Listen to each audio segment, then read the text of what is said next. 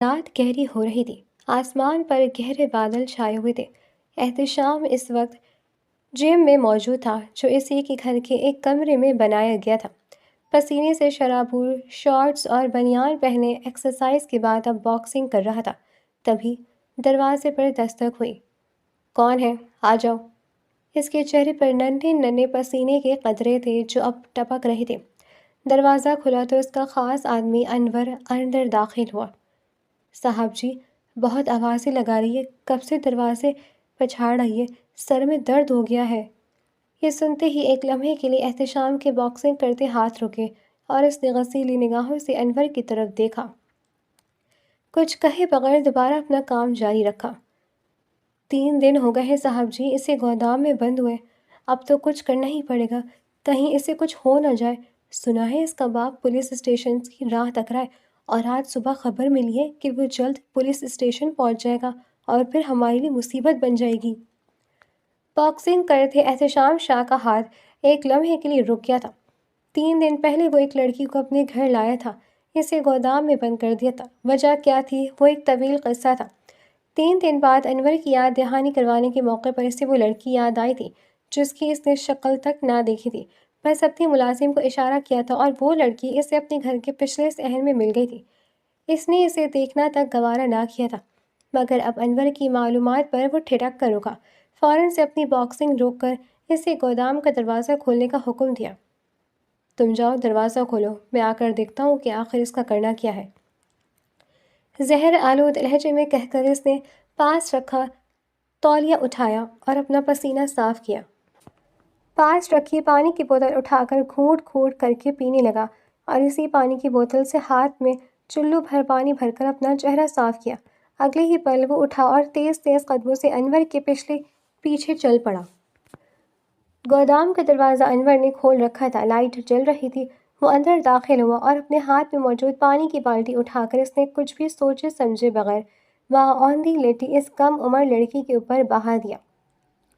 وہ جو تھوڑی دیر پہلے سسکیوں سے رو رہی تھی اور اس کی ہچکیاں سنائی دے رہی تھی، اس اچانک آفات پر ایک لمحے کے لیے گڑبڑائی اور بے ساختہ اٹھ کر اس نے مقابل کو دیکھا تو احتشام شاہ کو لگا کہ اب وہ کبھی اگلا سانس نہیں لے پائے گا۔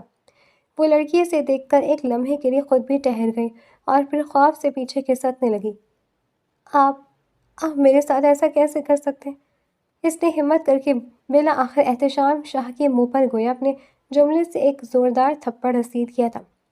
احتشام شاہ حیرت سے آنکھیں پھیلائے اسے دیکھنے لگا۔ اسے اس لڑکی کی سرمئی آنکھیں یاد تھیں، اچھی طرح وہ منظر یاد تھا جو 1 ہفتے پہلے اسے دکھائی دیا اور وہ ان آنکھوں کو کبھی نہیں بھول سکتا تھا۔ اس نے بے ساختہ انور کی طرف دیکھا۔ کیا تمہیں واقعی یقین ہے کہ تم نے ٹھیک لڑکی اٹھائی ہے؟ وہ غصے سے چلائے تو وہ لڑکی جو سہم کر اسے خوفزدہ دکھائی دے رہی تھی ایک دم سے اپنی جگہ سے کھڑی ہو گئی۔ اس کے پورے جسم پر ٹھنڈا پانی گرا تھا، کپڑے چپک گئے تھے اور وہ ٹھنڈ سے کانپ رہی تھی۔ اس کا خوبصورت حسن نمایاں تھا جسے وہ چھپانے کی کوشش میں تھی۔ احتشام شاہ نے بے اختیار نظریں چرائیں۔ انور، تم باہر جاؤ۔ اس نے اپنے خاص ملازم کو باہر جانے کا اشارہ کیا اور پھر اپنے کندھے پر لٹکا تولیہ دھیرے دھیرے چلتا ہوا اسے ہاتھ بڑھا کر دینے لگا۔ تم کون ہو؟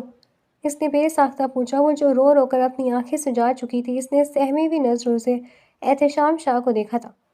مجھے گھر جانے دے، میرے بابا پریشان ہو رہے ہوں گے، مجھے گھر جانے دے۔ وہ روتی ہوئی اس کے قدموں میں گر گئی تھی۔ احتشام شاہ ایک لمحے کے لیے اسے دیکھ کر رہ گیا۔ وہ چند قدم پیچھے ہٹا۔ تمہارا نام کیا ہے؟ اس نے دوبارہ سوال کیا۔ مجھے بابا کے پاس جانے دے، میرے گھر والے پریشان ہوں گے، 3 دن سے آپ نے مجھے قید کر کے رکھا ہوا ہے، خدا کا واسطہ ہے مجھے جانے دے، میرا وہ احسان یاد کریں جو میں نے آپ پر کیا ہے۔ وہ روتے ہوئے اس کے پیروں تلے معافی مانگ رہی تھی، وہ بھی اسے پہچان چکی تھی۔ احتشام شاہ نے کرب سے آنکھیں مینچی۔ وہ ان آنکھوں میں آنسو تو نہیں دیکھنا چاہتا تھا تو اب کیوں خاموش کھڑا تھا؟ اسے اس حال میں پہنچا کر وہ خوش کیوں نہیں تھا؟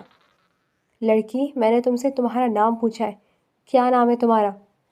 اب کی بار اس نے قدرے غصے سے کہا تو وہ جو اس کے پیروں تلے جھک کر معافی مانگ رہی تھی ایک جھٹکے سے کھڑی ہوئی۔ اس کے ہونٹ کانپ رہے تھے۔ میرا نام انابیہ ہے۔ یہ سن کر احتشام شاہ کو لگا کہ پورا گودام اپنی چھت سمیت اس کے سر پر آ گرا ہو۔ انابیہ؟ اس نے زیر لب دہرایا۔ اگلے ہی پل وہ اٹھا اور تیز تیز قدموں سے باہر نکلا۔ جانے سے پہلے اس نے گودام کا دروازہ بند کرنا ضروری سمجھا تھا۔ انور! انور! وہ غصے میں چلایا، مجھے جمال شاہ کی بیٹی کا نام بتاؤ۔ اس نے ایک دم سے اس کا گریبان پکڑ کر اس زور سے جھنجھوڑا کہ انور کی آنکھیں ابل پڑی تھیں۔ صاحب جی، آپ کیا کر رہے ہیں؟ آج سے پہلے ایسے احتشام شاہ اتنا غصے میں دکھائی نہیں دیا تھا۔ میں نے جو پوچھا اس بات کا جواب دو، میرا دماغ مت کھاؤ۔ اگلے ہی پہلے اس نے انور شاہ کا جبڑا اپنے ہاتھوں میں ہی جکڑا۔ صاحب جی، آپ مجھے چھوڑیں گے تو میں جواب دوں گا نا۔ انور شاہ کی خوفزدہ سی سیٹی ہوئی پھولی آواز باہر نکلی تو احتشام شاہ نے ایک لمحے کے لیے اسے چھوڑا اور پھر خون خوار نگاہوں سے اس کے جواب کا انتظار کرنے لگا۔ جمال شاہ کی بیٹی کا نام مجھے نہیں معلوم۔ انور کی بات سن کر احتشام شاہ کا ہاتھ اٹھا تھا اور اس کے گال پر نشان جڑ گیا۔ یہی تو مسئلہ ہے تمہارا، تم کام کرتے ہو لیکن آدھا ادھورا۔ دفع ہو جاؤ میری نظروں سے۔ یہ کہہ کر وہ اسے دھکیل کر آگے بڑھا تھا اور اپنے کمرے میں آتے ہی وہ بند ہو گیا تھا۔ اس نے ڈریسنگ پر ہاتھ مار کر ساری چیزیں گرائی۔ یہ کیسے ہو سکتا ہے؟ یہ ہرگز نہیں ہو سکتا۔ اس لڑکی کو میں کیسے نقصان پہنچا سکتا ہوں جبکہ ایک ہفتے پہلے اس نے اپنی بات ادھوری چھوڑ دی اور اگلے ہی پل وہاں رکھا کانچ کا گلاس اٹھا کر اس زور سے زمین پر دے مارا کہ کانچ کی کرچیاں پورے کمرے میں پھیل گئیں۔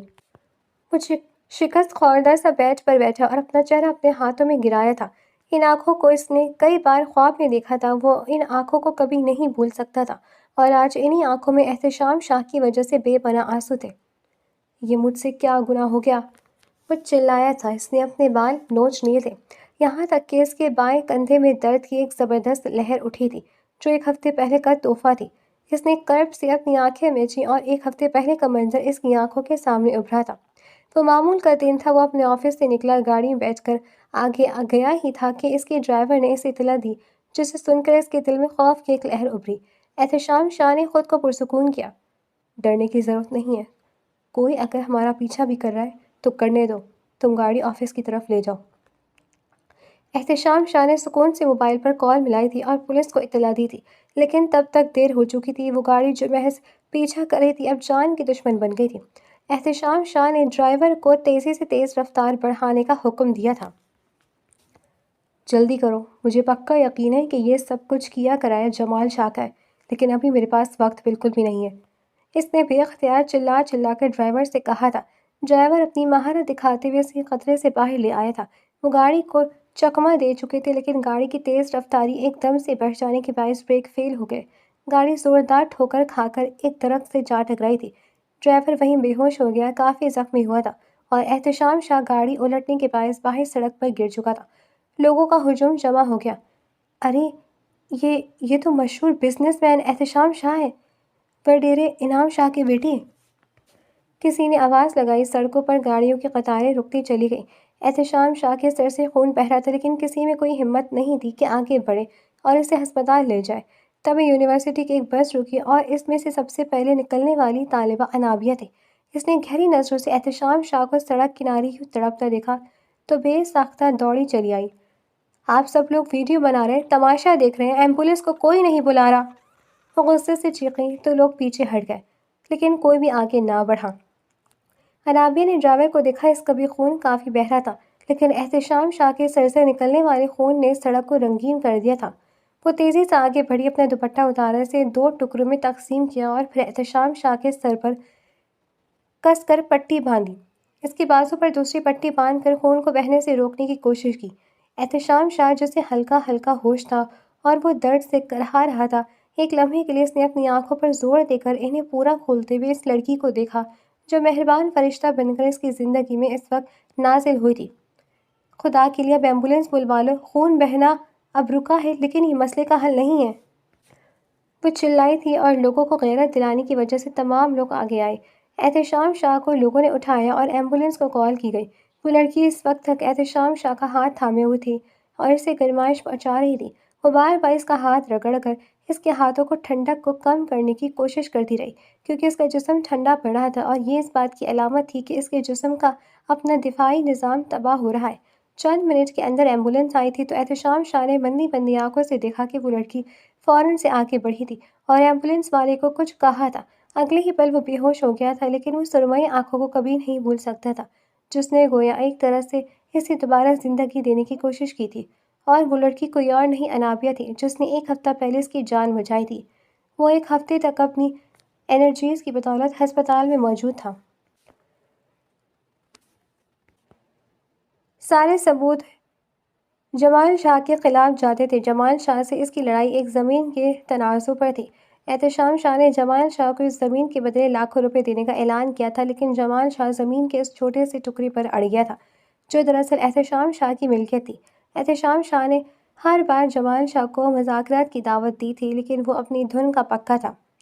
اب احتشام شاہ نے اسے اس کے حال پر چھوڑ دیا تھا، پر احتشام شاہ نہیں جانتا تھا کہ جمال شاہ اس کے خلاف ایک خطرناک پلاننگ کیے ہوئے ہے اور وہ اس کی جان کے در پہ ہے۔ 1 ہفتے بعد وہ ہسپتال سے واپس گھر آیا تھا اور تب اس نے اپنے کمرے میں اپنے خاص ملازم کو بلوایا تھا۔ جمال شاہ حد سے آگے نکل گیا ہے، اسے قابو کرنے کے لیے اب ایک ہی راستہ بچا ہے۔ احتشام شاہ نے آنکھوں میں سرد مہر لیے ایک ایسا حکم سنایا جسے سن کر انور حیران رہ گیا۔ آپ کے بابا اس بات کے سخت خلاف ہے، وہ کبھی نہیں مانے کہ ہم اس طرح طاقت کا استعمال کریں۔ انور نے گویا اس کے اس فیصلے کی دبی دبی سی نفی کی تھی۔ تم سے جو کہا گیا ہے وہ کیا کرو، یہ میرا ذاتی فیصلہ ہے اور تمہیں اس پر عمل کرنا ہے۔ احتشام شاہ نے خونخوار نگاہوں سے اسے دیکھا تو انور نے اپنا سر جھکا لیا۔ اس کا حکم سن کر واپس پلٹنے ہی لگا کہ احتشام شاہ نے اسے روک لیا تھا۔ اس کے سر پر ابھی بھی پٹی بندھی ہوئی تھی اور ہاتھ پر چوٹ کے نشانات واضح تھے۔ کچھ پتہ چلا اس لڑکی کا؟ انور شاہ نے حیرانی سے اسے دیکھا۔ کون سی لڑکی صاحب؟ وہی جس نے بھرے مجمع کو للکار کر انہیں غیرت دلائی اور میری جان بچائی تھی۔ وہ دھیمے سے مسکرایا۔ اس وقت وہ اپنے گاؤں کے بجائے شہر والے گھر میں موجود تھا، جہاں اس کے ساتھ اس کا خاص ملازم انور ہر وقت ساتھ رہتا تھا۔ نہیں صاحب جی، میں نے بہت کوشش کی، لیکن صرف اس معلومات کے سوا کہ وہ ایک یونیورسٹی کی طالب ہے اور بس میں سفر کرتی ہے، اور کوئی معلومات نہیں ملی۔ احتشام شاہ نے دھیرے سے سر ہلا کر خاموش نظروں سے اسے جانے کا حکم دیا تو انور واپس پلٹ گیا۔ احتشام شاہ دھیرے سے اٹھا اور اس نے سائڈ ٹیبل پر رکھا وہ دوپٹہ اٹھایا جس پر اس کے خون کے نشانات باقی تھے۔ اس دوپٹے سے اس لڑکی کی مہک ابھی بھی اٹھتی تھی۔ احتشام شاہ نے خاص اس دوپٹے کو دھلوا کر اپنے پاس محفوظ کر لیا تھا کہ وہ اپنی محسنہ کا شکر ادا کرنا چاہتا تھا۔ کاش تم ایک بار میرے سامنے آ جاؤ، میں ساری زندگی تمہاری غلام بننے کے لیے تیار ہوں، کیونکہ تم نے میری جان بچا کر میرے دل میں اپنا ایک اعلیٰ مقام چن لیا ہے۔ وہ اونچے چوڑے قد کا حامل انسان جیسے کوئی چیز دیر نہیں کر سکتی تھی، اس لیے اس لڑکی کی ایک چھوٹی سی نیکی نے اپنا غلام بنا لیا تھا، لیکن وہ کون تھی، کہاں تھی، کیسی تھی، اسے کچھ معلوم نہیں تھا۔ احتشام شاہ نے جمال شاہ کو سبق سکھانے کے لیے اس کی دکھتی رگ پر ہاتھ رکھنے کا سوچا تھا۔ اس نے انور کو احتشام جمال شاہ کی اکلوتی لاڈلی بیٹی کو اغوا کرنے کا حکم دیا تھا، اور پھر اگلے ہی دن صبح 10 بجے احتشام شاہ کو آفس میں کال موصول ہوئی تھی۔ وہ پورے 1 ہفتے بعد آفس آیا تھا اور انور نے اس کا کام کر لیا تھا۔ صاحب جی، میں اس لڑکی کو لے کر آیا ہوں۔ احتشام شاہ کی آنکھوں میں ایک عجیب سی چمک تھی۔ ٹھیک ہے، اسے پچھلے صحن والے گودام میں بند کر دو، کھانا پانی دیتے رہنا، لیکن اس کی باتوں میں ہرگز مت آنا، اس سے باہر مت جانے دینا۔ یہ کہتے اس نے فون بند کر دیا اور آفس میں اپنی ایک اہم میٹنگ کی طرف چل پڑا۔ وہ اپنے ذاتی کاموں میں اتنا الجھ گیا کہ اسے جمال شاہ کی بیٹی کا خیال ہی دل سے نکل گیا۔ تیسرے دن انور نے اس کی توجہ اس لڑکی کی طرف دلوائی تھی جو کافی شور کر رہی تھی۔ تب اسے احساس ہوا کہ جمال شاہ اب تک اس کے خلاف کوئی ایکشن کیوں نہیں لے رہا، اور پھر اس پر جو انکشاف ہوا اس نے احتشام شاہ کے پیروں تلے سے زمین کھسکا دی تھی۔ وہ اپنے کمرے میں بیٹھا تھا، تبھی اسے جمال شاہ کی کال ریسیو ہوئی۔ کیا حال ہے تمہارا؟ یہ جان کر تمہیں بہت خوشی ہوئی ہوگی نا کہ تم میرا کچھ نہیں بگاڑ سکتے۔ جمال شاہ کی آواز میں طنز ہی طنز تھا۔ وہ طنزیہ ہنسی ہنستے ہوئے گویا اس کا مذاق اڑا رہا تھا۔ میری بیٹی کا تم بال بھی پیکا نہیں کر سکے۔ ہاں البتہ وہ لڑکی میری یتیم بھتیجی ہے جس کی اب مجھے قطعاً کوئی ضرورت نہیں ہے، اسے تم اپنے پاس رکھو۔ احتشام شاہ نے اپنی مٹھیاں بھیجی۔ بکواس مت کرو، یہ غلط فہمی ہے اور کچھ بھی نہیں، وہ چلایا تھا۔ ارے غصہ کیوں کر رہے ہو، بلکہ میں ایک کام کرتا ہوں، ایک تیر سے 2 شکار کر دیتا ہوں تاکہ تمہیں بھی ہمیشہ ہمیشہ کے لیے اپنے راستے سے ہٹا دوں۔ یہ سنتے ہی احتشام شاہ دنگ رہ گیا۔ اسے جمال شاہ سے کسی بھی قسم کی شفافیت کی بھرپور امید تھی۔ ابھی وہ فون پر گفتگو کر ہی رہا تھا کہ ملازمہ دوڑتی ہوئی احتشام کے پاس آئی تھی۔ صاحب جی، وہ لڑکی کمرے سے باہر نکل کر بھاگ گئی ہے۔ اس خبر نے گویا احتشام شاہ کے غصے کو ہوا دی تھی۔ کیا؟ تم لوگ کہاں مرے ہوئے تھے؟ کیا کر رہے تھے؟ تم سے حفاظت ہی نہ ہو سکی؟ اس نے موبائل وہیں پھینکا تو دوسری طرف جمال شاہ یہ سن کر مسکرایا تھا۔ اب تمہارے برے دن شروع ہو گئے احتشام شاہ۔ اس نے ہنستے ہوئے کال کاٹ دی تھی۔ احتشام شاہ دیوانہ وار ننگے پاؤں گھر سے باہر نکلا تھا۔ وہ سڑکوں پر تیزی سے دوڑتے ہوئے انابیہ کی تلاش کرنے لگا۔ اس کی دھڑکن بے ترتیب تھی، سانس اتھل پھتل تھی۔ اسے کھو دینے کا احساس غالب ہونے لگا۔ اگر اسے کچھ ہو گیا تو یہ خیالی جان لیوا تھا۔ وہ بھاگ بھاگ کر تھک چکا تھا تو ایک فٹ پاتھ پر بیٹھ کر اس نے گہری گہری سانس بھری اور آسمان کی طرف نگاہیں اٹھائیں۔ یا اللہ، جو غلطی مجھ سے ہوئی ہے میں اسے سدھارنا چاہتا ہوں، بس تو مجھے ایک موقع دے دے۔ یہ کہتے ہی اس نے جیسے ہی نگاہیں اٹھا کر سامنے گلی کی طرف دیکھا تو انابیہ وہاں بیٹھی درخت کی اوٹ میں ہلکی ہلکی سسکیاں لے رہی تھی، گویا وہ احتشام شاہ سے چھپنے کی بھرپور کوشش میں تھی۔ احتشام شاہ نے بے اختیار ایک گہرا سانس بھرا اور دھیرے دھیرے چلتا ہوا اس کے سر پر جا پہنچا۔ کیا ضرورت تھی تمہیں بھاگنے کی؟ تم جانتی بھی ہو کہ تمہاری جان خطرے میں ہے۔ وہ اس کے سر پر جا کر چلایا تو وہ سہم کر اسے دیکھنے لگی۔ مجھے چھوڑ دے، مجھے بابا کی بات جانے دے، وہ مجھے یاد کریں۔ اگلے ہی پل احتشام شاہ نے اسے کلائی سے تھاما اور اپنے ساتھ گھسیٹنے لگا۔ بھول جاؤ اپنے بابا کو، وہ اب کبھی تمہارے لیے نہیں آئیں گے۔ یہ سنتے ہی وہ تڑپ اٹھی۔ آپ جھوٹ بول رہے ہیں، میرا قصور کیا ہے؟ مجھے میری غلطی تو بتائیں، آپ کیوں میرے ساتھ یہ ظلم کر رہے ہیں؟ وہ بلک بلک کر رو پڑی تھی۔ جلد تمہیں اندازہ ہو جائے گا۔ احتشام شاہ نے اب کی بار اپنی آواز قدر نرم رکھی تھی، لیکن اس کی مزاحمت بھرپور جاری تھی۔ انابیہ نے احتشام کے ہاتھوں میں اپنے بھرپور ناخن گاڑے تھے۔ درد کی ایک لہر احتشام کے پورے بدن میں دوڑی اور ناخن کے نشان پیوست ہو گئے، لیکن اس نے صبر سے کام لیا اور اسے تیزی سے گھسیٹتے ہوئے اپنے کمرے میں دھکا دیا۔ تمہارا قصور یہ ہے کہ تم جمال شاہ کی یتیم بھتیجی ہو۔ یہ سنتے ہی انابیہ نے اسے پھٹی پھٹی نگاہوں سے دیکھا تھا۔ وہ مجھ سے بہت محبت کرتے ہیں، وہ ضرور آئیں گے، مجھے امید ہے وہ آئیں گے اور مجھے یہاں سے نکالیں گے۔ وہ چلائی تھی۔ احتشام شاہ دھیرے دھیرے چلتا ہوا اس کے پاس آیا تو وہ دیوار سے جا لگی۔ جمال شاہ تم سے دستبردار ہو گیا ہے۔ یہ سنتے ہی وہ وہیں زمین پر بیٹھ گئی اور خالی خالی نگاہوں سے اس نے احتشام کی طرف دیکھا تھا۔ یہ نہیں ہو سکتا، یہ ہرگز نہیں ہو سکتا، وہ مجھ سے بہت محبت کرتے ہیں۔ اس کی آنکھوں میں موٹے موٹے آنسو بہنے لگے۔ احتشام شاہ اپنے دل کے ہاتھوں مجبور ہو کر وہیں بیٹھا اور چھپ کر انگوٹھی کی مدد سے اس کے آنسو صاف کرنے کی کوشش کی کہ انابیہ نے اس کے ہاتھ جھٹک دیے تھے۔ یہ سب آپ کی وجہ سے ہوا ہے۔ آپ نہ مجھے یہاں لے آتے، نہ وہ مجھے قصوروار سمجھتے اور نہ میری زندگی عذاب بنتی۔ میں نے غلطی کی، اس دن آپ کی جان بچائی، کاش میں آپ کی جان نہ بچاتی۔ انابیہ نے روتے روتے ایسی بات کہتی جس نے احتشام شاہ کے رونگٹے کھڑے کر دیے تھے۔ اب جو ہوا سو ہوا، لیکن اب میں تمہیں خود سے دور نہیں کر سکتا، کیونکہ اس سے پہلے کہ وہ کچھ کہتا انابیہ نے خود سے دور دھکیلا تھا۔ مجھے آپ کی کوئی بات نہیں سننی، آپ مجھے آزاد کر دیں، میں کہیں بھی چلی جاؤں گی، آپ کو اس سے کوئی مطلب نہیں ہونا چاہیے۔ وہ ہچکیوں کے درمیان بولی تو احتشام شاہ نے اسے ایک جھٹکے سے کمر سے کھینچ کر خود کے قریب کیا۔ ایک بار احتشام اگر کسی پر ہاتھ رکھ لے تو وہ ہمیشہ ہمیشہ کے لیے اس کی ملکیت بن جاتی ہے، اور ویسے بھی تمہارے لیے واپسی کے سارے دروازے بند ہیں۔ انابیہ کے ہونٹ لرزنے لگے، اپنی آنکھیں حیرت سے پھیلائیں، اس کی یہ حرکت دیکھنے لگی۔ اس نے اس کے سینے پر ہاتھ رکھ کر اسے دور دھکیلا تھا، لیکن گرفت کافی مضبوط تھی۔ وہ اس کی گرفت میں مچلنے لگی۔ احتشام شاہ نے اس کے بکھرے بالوں کو کان کے پیچھے کیا تو انابیہ نے اپنی آنکھیں میچ لی تھی۔ آج ہمارا نکاح ہے۔ اگلے ہی پل احتشام شاہ کے انکشاف نے انابیہ کے دل کو بند ہونے کے قریب کر دیا تھا۔ وہ سانسیں روکے سے دیکھ گئی۔ ایسا مت کریں، کیوں میری زندگی برباد کرنا چاہتے ہیں؟ احتشام شاہ ایک جھٹکے سے اسے چھوڑ کر دور ہو۔ تمہاری زندگی برباد ہو گئی ہے، میں تو سنوانے کی کوشش کر رہا ہوں۔ اس کے لہجے میں سختی تھی، ایسی سختی جو انابیہ کے دل میں اتر رہی تھی۔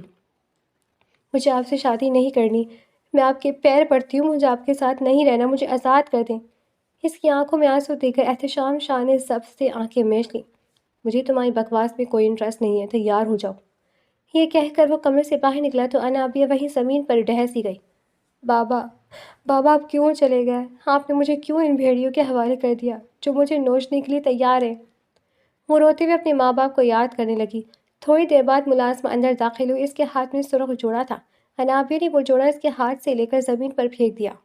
اپنے مالک سے کہو مجھے شادی نہیں کرنی، میں نہیں کروں گی شادی، اگر میں نے یہ شادی کی تو میں اپنی جان لے لوں گی۔ تبھی دروازہ کھلا اور احتشام اندر داخل ہوا۔ لو اپنی جان، اس نے پاس رکھی چھری اٹھا کر اس کے ہاتھ میں دی۔ میرے سامنے اپنی جان لو، دیکھو تو صحیح تمہاری جان کی کتنی قیمت ہے، صرف باتیں کرتی ہو یا عمل بھی کر کے دکھاؤ گی؟ انابیہ نے نم آنکھوں سے اس کی طرف دیکھا تھا۔ کاش مجھ پر اپنی جان لینا حلال ہوتا تو میں ایک لمحے کے لیے بھی دیر نہ لگاتی۔ زندگی برباد ہو گئی ہے، آخرت برباد نہیں کرنا چاہتی۔ احتشام شاہ مسکرایا۔ بالکل ٹھیک کہا تم نے، بلکہ میں تو کہتا ہوں مجھ سے شادی کر کے زندگی بھی سنوار لو۔ یقین کرو ذرا بھی نہیں پچھتاؤ گی۔ انابیہ بلک بلک کر رو پڑی تھی۔ اگلے ہی پل احتشام شاہ نے پسٹل کی نال اس کی کنپٹی پر رکھی۔ 10 منٹ ہے تمہارے پاس، اگر تم نے یہ جوڑا نہ پہنا تو پھر میں تمہیں ساتھ اس سے بھی بدتر سلوک کروں گا۔ یہ سن کر انابیہ نے ڈرتے ڈرتے وہ جوڑا اٹھایا اور واش روم کی طرف بھاگی تھی۔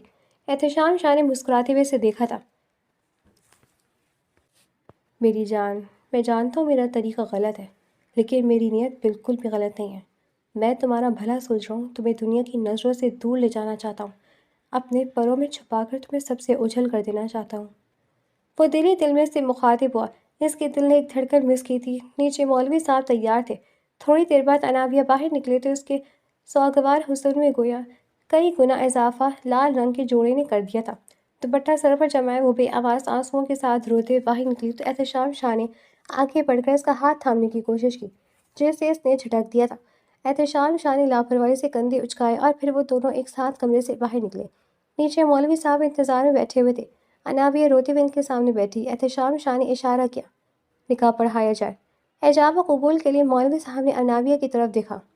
انابیہ بنت رحمان، کیا آپ کو احتشام شاہ ولد انعام شاہ سے یہ رشتہ قبول ہے؟ انابیہ نے ایک ہچکی بھری اور ایک نظر احتشام شاہ کی طرف ڈالی۔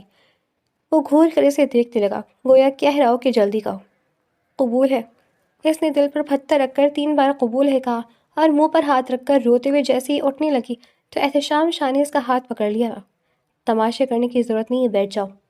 یہ سنتے ہی وہ روبوٹ کی طرح وہیں بیٹھ گئی۔ اب مولوی صاحب نے احتشام شاہ سے ایجاب و قبول کے لیے اجازت لی تھی اور اس نے انتہائی خوشی اور رضامندی سے 3 بار قبول ہے کہہ کر انابیہ کے دل میں شک ڈال دیا تھا۔ نکاح ہو چکا تھا، باہر گاڑی تیار کھڑی ہے، ہم یہاں نہیں رہیں گے۔ احتشام شاہ نے فیصلہ سنایا تو اس نے تڑپ کر اسے دیکھا تھا، لیکن کچھ بولی نہ تھی۔ چلو میرے ساتھ۔ اب کی بار احتشام شاہ نے بڑے استحقاق کے ساتھ اس کا ہاتھ تھاما۔ انابیہ نے مزاحمت کی، لیکن اس بار احتشام شاہ کی گرفت پہلے سے زیادہ مضبوط تھی۔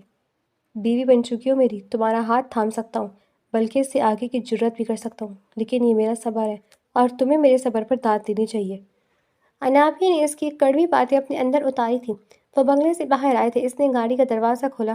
انابیہ وہیں کھڑی رہی۔ اب سوچ کیا رہی ہو؟ اندر بیٹھو۔ احتشام شاہ نے مسکراتے ہوئے کہا، مجھے یہاں نہیں بیٹھنا۔ وہ پہلی بار بولی، تو کہاں بیٹھنا ہے؟ احتشام شاہ نے اپنے سینے پر بازو لپیٹے۔ مجھے پیچھے بیٹھنا ہے۔ کیوں؟ میں تمہیں کاٹ رہا ہوں کیا؟ احتشام نے اس کی آنکھوں میں گہرائی سے دیکھتے ہوئے پوچھا تو انابیہ نے بے اختیار نظر چرائی تھی۔ میں آپ کے ساتھ زندگی شیئر نہیں کر سکتی۔ یہ سیٹ کیا چیز ہے؟ مجھے پیچھے بیٹھنا ہے۔ ایک لمحے کے لیے احتشام شاہ کے چہرے کا رنگ اڑا۔ Okay, no problem. اس نے کندھے اچکائے اور پچھلی سیٹ کا دروازہ کھولا۔ انابیہ صبر کی گھونٹ بھر کر وہاں بیٹھ گئی اور پھر احتشام شاہ گھوم کر ڈرائیونگ سیٹ پر آ بیٹھا تھا۔ چلیں؟ انابیہ نے رخ پھیر لیا اور کوئی جواب نہ دیا۔ گاڑی کے شیشے کے پار دیکھنے لگی۔ آنکھوں سے آنسو اب بھی جاری تھے۔ گاڑی تیز رفتاری سے آگے بڑھی تھی۔ فار گاڈ سیک یار، میں نے نہ تم میں مارا ہے، نہ تم پر کوئی ظلم کیا ہے، اس کے باوجود تم رو رہی ہو۔ اپنی آنکھوں پر ظلم نہ کرو، اتنی حسین آنکھیں، کیا حال کر دیا تم نے؟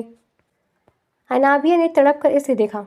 مجھ سے زبردستی شادی کی، مجھے اغوا کیا بغیر کسی قصور کے، اور اب آپ مجھ سے کہہ رہے ہیں کہ میں روؤں بھی نہ؟ کم از کم یہ اختیار تو مجھ سے نہ چھینیں۔ اس نے اس قدر رنجیدگی سے کہا کہ احتشام شاہ چپ ہو گیا۔ گاڑی کافی دیر سے چل رہی تھی۔ انابیہ کو نیند آنے لگی۔ تبھی احتشام شاہ نے ایک بار پھر اسے پکارا تھا، تمہیں بھوک تو نہیں لگی؟ انابیہ نے رفیع میں سر ہلایا۔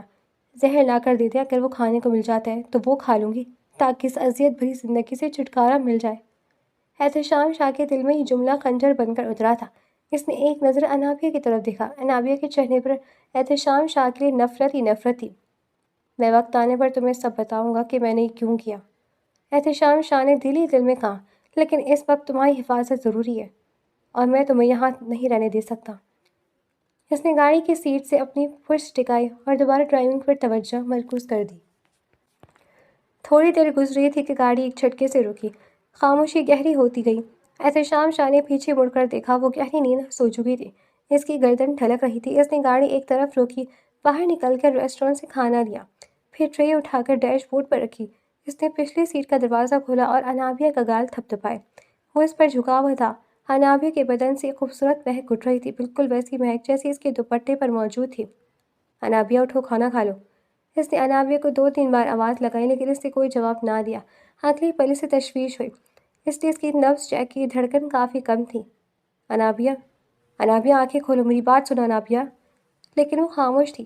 اب احتشام شاہ کو صحیح معنوں میں فکر ہوئی۔ اس نے کچھ بھی نہ سوچا اور تھوڑی دیر کا فاصلہ تیز رفتار سے ڈرائیونگ کرتے ہوئے طے کر لیا۔ گاڑی فارم ہاؤس کے سامنے رکی۔ وہ اسے تیزی سے دروازہ کھول کر اپنی باہوں میں بھر کر اندر کمرے میں لایا تھا۔ احتیاط سے اسے لٹاتے ہی اس نے اس کا دوپٹہ اتار کر سائڈ پر رکھا اور اسے کمبل اڑھایا۔ انابیہ کو بخار ہو چکا تھا، وہ بخار میں پھنک رہی تھی اور بے ہوش تھی۔ گلبی جلدی آؤ۔ اس نے فارم ہاؤس میں موجود پرانی ملازمہ کو آواز لگائی تھی۔ وہ دوڑتے ہوئے اس کے پاس آئیں۔ کیا بات ہے احتشام بیٹا؟ انہوں نے فوراً سے پوچھا اور جیسے ہی ان کی نظر بیڈ پر گئی تو وہ حیران رہ گئی۔ یہ کون ہے؟ انہوں نے پوچھا۔ احتشام شاہ نے فکر مندی سے انہیں دیکھا۔ میں آپ کو سب بتاؤں گا یہ کون ہے، لیکن ابھی فی الحال مجھے آپ کی مدد کی ضرورت ہے۔ اسے بخار ہے۔ بخار کی کوئی دوائی تو ہوگی؟ مجھے دیجیے، جلدی سے پانی لے کر آئیے، پٹیاں دیجیے، یہ بے ہوش ہو گئی ہے اور ہوش میں آنے کا نام ہی نہیں لے رہی ہے۔ آخری بات کہتے ہوئے اس کی آواز رون گئی تھی۔ یہ میری محسن ہے اور میں اسے اس حالت میں نہیں چھوڑ سکتا۔ یہ سنتی ہی بی بی جان فوراً سے دوڑی۔ جلدی جلدی دوائی اٹھائی، پانی کا پیالہ بھر کے اس میں پٹیاں ڈبو کر احتشام شاہ کے حوالے کی۔ اگلے ہی پل احتشام شاہ نے انابیہ کے دونوں ہاتھ تھامے تھے اور پٹیاں نچوڑ کر اس کے بدن پر آہستہ آہستہ پھیرنے لگا۔ پھر دوبارہ پٹیاں نچوڑ کر اس کے سر پر رکھنے لگا۔ انابیہ، خدا کے لیے آنکھیں کھولو ورنہ میں خود کو کبھی معاف نہیں کر پاؤں گا۔ اس نے بے اختیار اس کے کان میں سرگوشی کی تھی۔ کبھی وہ اس کے ہاتھ پاؤں تپاتا، کبھی اس کے ہاتھ کو رگڑ کر اسے ہوش دلانے کی کوشش کرتا، تو کبھی اس کے سر پر رکھی پٹیوں کو پانی میں ڈبو کر دوبارہ اس کے سر پر رکھتا۔ بیگل، یہ ہوش میں تو آ جائے گی نا؟ اس نے انتہائی فکرمندی سے پوچھا تو انہوں نے اس کے کندھے پر ہاتھ رکھ کر تسلی دی تھی۔ آج پہلی بار میں نے تمہیں ٹوٹتا ہوا دیکھا ہے۔ احتشام کی لڑکی کون ہے؟ انہوں نے بے ساختہ دوبارہ پوچھ لیا تھا۔ احتشام مسکرایا تھا، البتہ اس کی مسکراہٹ میں درد ہی درد تھا۔ یہ میرے گناہوں کا کفارہ ہے، میری زندگی کا قرض ہے۔ یہ میری بیوی ہے گلبی۔ اس سے پہلے کہ بالکل کچھ کہتی، انابیہ نے دھیرے دھیرے آنکھیں کھولی تو احتشام نے بے اختیار شکر ادا کیا تھا۔ خدا کا شکر ہے تمہیں ہوش آ گیا۔ تم ٹھیک تو ہو نا؟ انابیہ خالی خالی نگاہوں سے اس کا یہ بدلا ہوا روپ دیکھنے لگی۔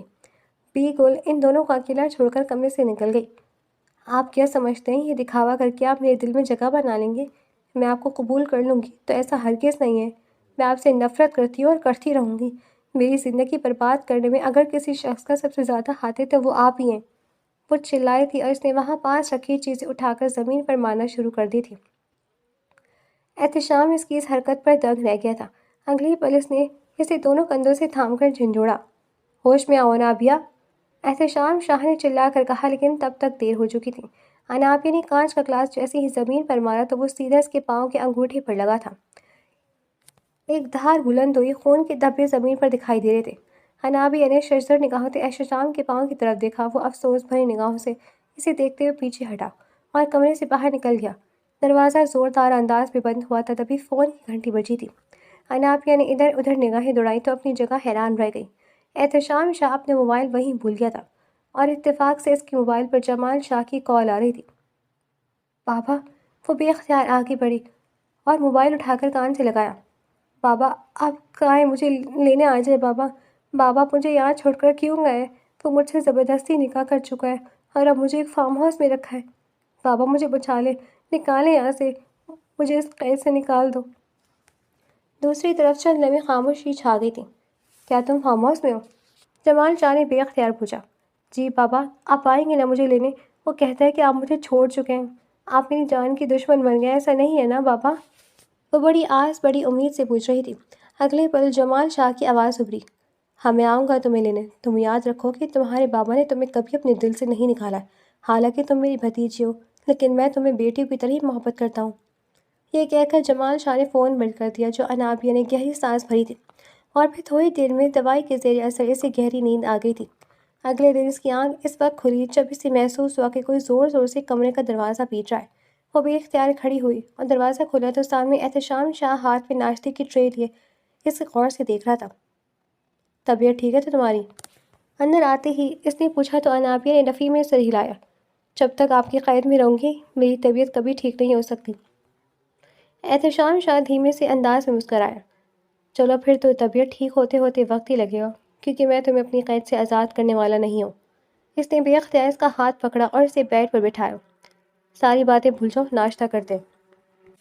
انابیہ کی نظر ایک لمحے کے لیے اس کے پاؤں کے انگوٹھے پر گئی جہاں پٹی بندھی ہوئی تھی، اور وہ لڑکھڑا کر چل رہا تھا۔ مجھے بھوک نہیں ہے۔ احتشام شاہ نے اس کی کوئی بات نہ سنی، اسے اپنے پاس بٹھا کر پراٹھے کا نوالا توڑا اور چائے میں بھگو کر اس کی طرف بڑھایا تھا۔ میں کوئی بہانہ نہیں سنوں گا۔ میں نے تمہاری ذمہ داری اٹھائی ہے تو اسے نبھاؤں گا۔ ابھی چاہے تم اب اپنی ذمہ داری نبھاؤ یا نہ نبھاؤ، مجھے اس سے غرض نہیں ہے۔ احتشام شاہ نے اس قدر دھیمے لہجے میں اس سے کہا تھا کہ انابیہ سے دیکھ کر رہ گئی تھی۔ کس مٹی سے بنے ہیں یہ انسان؟ جتنا اسے دھتکار رہی ہوں، جتنی نفرت ظاہر کر رہی ہوں، یہ اتنا ہی میری طرف آ رہا ہے۔ ایک لمحے کے لیے خود بھی الجھ کر رہ گئی تھی۔ ابھی وہ دونوں گفتگو کر رہے تھے کہ اچانک کمرے کے شیشے کی کھڑکی پر زوردار فائرنگ کی آواز سنائی دی تھی۔ تڑ تڑ کرتی گولیاں پورے کمرے کو اپنی لپیٹ میں لینے لگی۔ احتشام ایک لمحے کے لیے اٹھا اور اگلے ہی لمحے انابیہ کو اپنی باہوں کے حصار میں لے کر زمین پر آ گرا تھا۔ اپنا سر نیچے جھکاؤ۔ اس نے اس کا سر زمین سے ٹکایا اور خود اس پر ڈھال کی طرح جھک گیا۔ جب تک میں نہ کہوں سیدھی مت ہونا۔ گولیاں آر پار ہوتی رہیں۔ انابیہ بے حد خوفزدہ ہو گئی۔ اس نے خوف سے احتشام شاہ کے سینے میں منہ چھپا لیا تھا اور اس کی شرٹ کو اپنے ہاتھوں میں جڑ کر بے ساختہ رو پڑی تھی۔ احتشام شاہ نے اس کی کمر سہلائی تھی اور اس کے کان میں جھک کر اسے دلاسا دیا تھا۔ ڈرو مت، میں ہوں تمہارے ساتھ، میں کبھی تمہاری حفاظت سے پیچھے نہیں ہٹوں گا۔ انابیہ نے نگاہیں اٹھا کر دیکھا تو گولیوں کی گونج تھم گئی تھی۔ وہ جیسے ہی سیدھا ہوا تو یہ دیکھ کر انابیہ کی چیخ بلند ہوئی کہ اس کے کندھے سے ایک بار پھر سے خون بہہ رہا تھا۔ آپ کو تو گولی لگ گئی ہے، وہ چلائی تھی۔ کچھ نہیں ہوا، میں ٹھیک ہوں۔ احتشام نے کرب سے اپنی آنکھیں میچ کر اپنے کندھے پر ہاتھ رکھا تھا جہاں سے خون کا ایک فوارہ بلند ہو رہا تھا۔ آپ کو گولی لگی ہے اور آپ کہہ رہے ہیں کچھ بھی نہیں؟ تبھی ایک بار پھر سے فائرنگ کی آواز بلند ہوئی تو احتشام نے اسے جھٹکے سے خود کے قریب کیا تھا۔ وہ اس کے سینے سے جا لگی تھی اور وہ دونوں بیڈ کے نیچے جھک گئے تھے۔ دشمن نے اپنا سارا کام کر دیا ہے، لیکن میں اس بات پر حیران ہوں کہ اسے کیسے پتہ چلا ہم دونوں یہاں پر ہیں۔ انابیہ نے بے اختیار نظریں چرائی تھیں اور زاروں قطار رو پڑی تھی۔ کیا یہ بات سچ ہے کہ میرے چچا اپنے قول سے پھر گئے ہیں؟ اس نے ٹوٹے پھوٹے لہجے میں پوچھا تو احتشام نے اسے غور سے دیکھا تھا۔ کیا تم نے انہیں بتایا ہے؟ انابیہ کی نگاہیں جھک گئی تھیں اور وہ بلک بلک کر رو پڑی تھی۔ مجھے لگا کہ آپ جھوٹ بول رہے ہیں، مجھے لگا کہ آپ مجھے پھنسانا چاہتے ہیں، مکاری دکھا رہے ہیں۔ میں نے انہیں بتا دیا کہ ہم فارم ہاؤس میں ہیں اور انہوں نے حملہ کر دیا۔ آخری الفاظ پر وہ کافی حیرت زدہ سی تھی۔ آنکھوں سے آنسو برس رہے تھے۔ احتشام شاہ سے دیکھ کر رہ گیا۔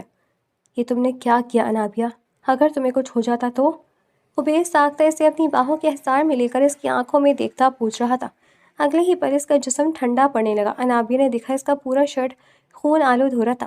وہ چلائی تھی، بیگل بیگل، کہاں ہیں آپ؟ حویلی کے تمام ملازم بھاگ کر اندر آئے تھے۔ انابیہ کی آنکھوں سے آنسو بہہ رہے تھے۔ ایک طرف اسے احتشام کے زخمی ہونے کا غم تھا تو دوسری طرف اسے حقیقت کا سامنا تھا کہ اس کے چچا نے اسے یوں چھوڑ دیا تھا جیسے اس کا کوئی وجود ہی نہ تھا۔ وہ وہیں حویلی میں ٹھہر گئی۔ تمام لوگ ہسپتال واپس لوٹ گئے تھے۔ اسے پہلی بار احتشام شاہ کی فکر ہوئی تھی اور اس فکر میں اس کا دل اچھا خاصا دہل گیا تھا۔ وہ ساری رات مصلے پر بیٹھ کر اس کے لیے دعائیں کرتی رہی تھی۔ وہ اس کا محافظ تھا، اس کا ذمہ دار تھا۔ احتشام شاہ کی غلطی نے اس کی زندگی برباد تو کی تھی، لیکن اس کے اپنوں کا سچ بھی سامنے آ گیا تھا۔ ان کے چہرے بے نقاب ہو گئے تھے۔ وہ وہاں ٹہل ٹہل کر تھک چکی تھی۔ فارم ہاؤس کی لاؤنج بیٹھی تھی کہ ٹی وی پر چلتی خبر نے اس کے رونگٹے کھڑے کر دیے تھے۔ جمال شاہ ٹی وی پر بیٹھا رو رہا تھا۔ احتشام شاہ اور اس کے ساتھیوں کو گرفتار کیا جائے، انہوں نے میری بیٹی انابیہ کو قتل کر دیا ہے۔ یہ سنتی ہی انابیہ نے پھٹی پھٹی نگاہوں سے اپنے سامنے بیٹھے اپنے چچا کو دیکھا تھا، جن کی شخصیت میں کس قدر تضاد تھا اسے آج معلوم ہو گیا تھا۔ پولیس فوراً سے حرکت میں آئی تھی اور جمال شاہ کے مطالبے پر ہسپتال پہنچ گئی تھی۔ اب ہسپتال کے مناظر دکھائے جا رہے تھے جہاں آپریشن چل رہا تھا اور باہر پولیس پہرا دے رہی تھی کہ آپریشن ہوتے ہی وہ احتشام شاہ کو گرفتار کر لیں۔ وہ منہ پر ہاتھ رکھ کر چیخ مار کر پیچھے ہٹی تھی۔ میری وجہ سے احتشام اس قدر مشکل میں پھنس گئے، یہ تو میں نے کبھی نہ چاہا تھا۔ وہ دوڑ کر فارم ہاؤس کے داخلی دروازے کے پاس گئی جہاں ڈرائیور گاڑی نکال رہا تھا۔ مجھے ابھی اسی وقت ہسپتال جانا ہے، مجھے اپنا بیان دینا ہے۔ وہ تڑپ رہی تھی، بلک رہی تھی۔ اس کے دل پر ایک بھاری بوجھ ادھار تھا جسے اسے لازمی ہٹانا تھا۔ وہ احتشام شاہ کو اس قدر تکلیف میں نہیں دیکھ سکتی تھی۔ اس کے دل کو یہ کیا ہو رہا تھا وہ سوچ سمجھ نہیں سکی۔ ڈرائیور نے تیز رفتاری سے گاڑی ہسپتال کے راستے پر ڈال دی۔ تھوڑی ہی دیر بعد وہ ہسپتال کے کوریڈور میں تیزی سے دوڑتے ہوئے آپریشن تھیٹر کے پاس جاتی دکھائی دی تھی۔ پولیس انسپکٹر اسے وہاں دیکھ کر آگے بڑھے تھے۔ بی بی، آپ کون ہیں اور اس قدر رو کیوں رہی ہیں؟ انابیہ نے روتے ہوئے انہیں ساری کہانی سنائی تھی۔ میں جمال شاہ کی یتیم بھانجی ہوں جسے وہ استعمال کر رہے ہیں۔ میرا نام استعمال کر کے وہ احتشام شاہ کو پھنسانا چاہتا ہے۔ اس نے مجھے مردہ ثابت کیا جبکہ میں آپ کے سامنے زندہ سلامت کھڑی ہوں۔ میں جمال شاہ کے خلاف پرچہ کٹوانا چاہتی ہوں کہ انہوں نے میرے قتل کی کوشش کی ہے اور مجھے اور میرے شوہر کو مارنے کی نہ صرف قسم کھائی ہے بلکہ ہم پر اقدام قتل بھی کیا ہے۔ پولیس نے انابیہ کا بیان ریکارڈ کر لیا تھا۔ وہ اب احتشام شاہ کے ہوش میں آنے کا انتظار کر رہی تھی۔ پورے 6 گھنٹے بعد اسے یہ خبر سنائی گئی کہ احتشام شاہ ہوش میں آ چکا ہے اور اب وہ وارڈ میں شفٹ کر دیا جا چکا ہے۔ وہ دھیرے دھیرے چلتی ہوئی اس کے پاس کمرے میں آئی تو وہ گویا اسی کی راہ تک رہا تھا۔ تم یہاں کیوں آئی ہو انابیہ؟ تمہیں پتہ ہے تمہاری زندگی کو خطرہ؟ انابیہ نے بے اختیار آگے بڑھ کر اس کے منہ پر ہاتھ رکھ دیا تھا۔ خطرہ تھا، اب نہیں ہے۔ آپ نے سارے خطرات خود پر جھیل کر مجھے اپنا مقروض کر دیا ہے۔ اس کی آنکھوں سے سیل روانہ جاری تھے۔ تم روتی ہو تو مجھے بہت تکلیف ہوتی ہے انابیہ۔ غم کے یہ دن بھی نکل جائیں گے۔ میں تمہیں بتانا چاہتا تھا کہ میں نے تمہیں اغوا جان بوجھ کر نہیں کیا تھا۔ تمہارا اغوا کبھی میری پلاننگ کا حصہ نہیں تھا۔ میں تو جمال شاہ کی حقیقی اولاد کو اغوا کرنا چاہتا تھا، لیکن غلطی سے تم میرے نصیب میں آ گئی اور اب دیکھو میری زندگی سنور گئی۔ تمہارے اپنوں کا سچ بھی تمہارے سامنے آ گیا ہے۔ انابیہ نے اس کے دونوں ہاتھ تھامے تھے اور اپنے چہرے سے لگائے تھے۔ میں جان گئی ہوں کہ آپ ہی میرے خیر خواہ ہیں۔ انابیہ کے منہ سے یہ اعتراف سن کر وہ دھیمے سے مسکرایا تھا۔ اور اس کے لیے مجھے بہت کچھ سہنا پڑا ہے انابیہ۔ اس نے بے اختیار اپنے ہاتھ پھیلائے تھے۔ انابیہ اس کے سینے سے جا لگی تھی۔ احتشام شاہ نے بے اختیار اس کے ماتھے پر بوسہ دیا تھا۔ غم کی رات بالآخر ڈھل گئی ہے، وہ دھیرے سے بڑبڑایا تھا۔ وہ 3 دن بعد گھر واپس آ گیا تھا۔ انعام شاہ نے پہلے تو اس کی خوب کلاس لی تھی کہ اتنا بڑا فیصلہ اس نے اکیلے لے لیا اور گھر والوں کو خبر تک نہ ہونے دی۔ پھر اگلے ہی لمحے اس کے شاندار ولیمے کا اعلان کیا گیا تھا۔ انابیہ سر جھکائے مسکرائی تھی اور پھر وہ وقت آن پہنچا تھا جب وہ خوبصورت سا لباس پہنے احتشام شاہ کے ہمراہ بڑے سے ہال میں آئی تھی۔ وہاں ان کی جوڑی کو دیکھ کر سب نے بے ساختہ ماشاءاللہ کہا تھا۔ احتشام شاہ نے مسکراتے ہوئے اسے سب کے سامنے گلی لگا کر اعتراف کیا تھا کہ انابیہ نے اس کی زندگی میں آ کر نہ صرف اس کی زندگی کو بدلا ہے بلکہ اس کی زندگی میں خوبصورت رنگ بکھیر دیے ہیں۔ اور اس خوبصورت اعتراف پر انابیہ نے دل میں اس محبت کے دائمی ہونے کی دعا کی تھی۔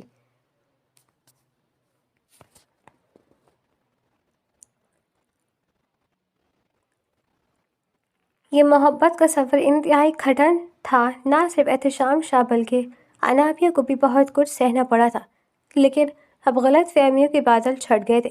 احتشام شاہ کی صاف نیت واضح ہو گئی تھی اور انابیہ نے اس نیت کے ساتھ اس سے نئے رشتے میں قبول کر لیا تھا۔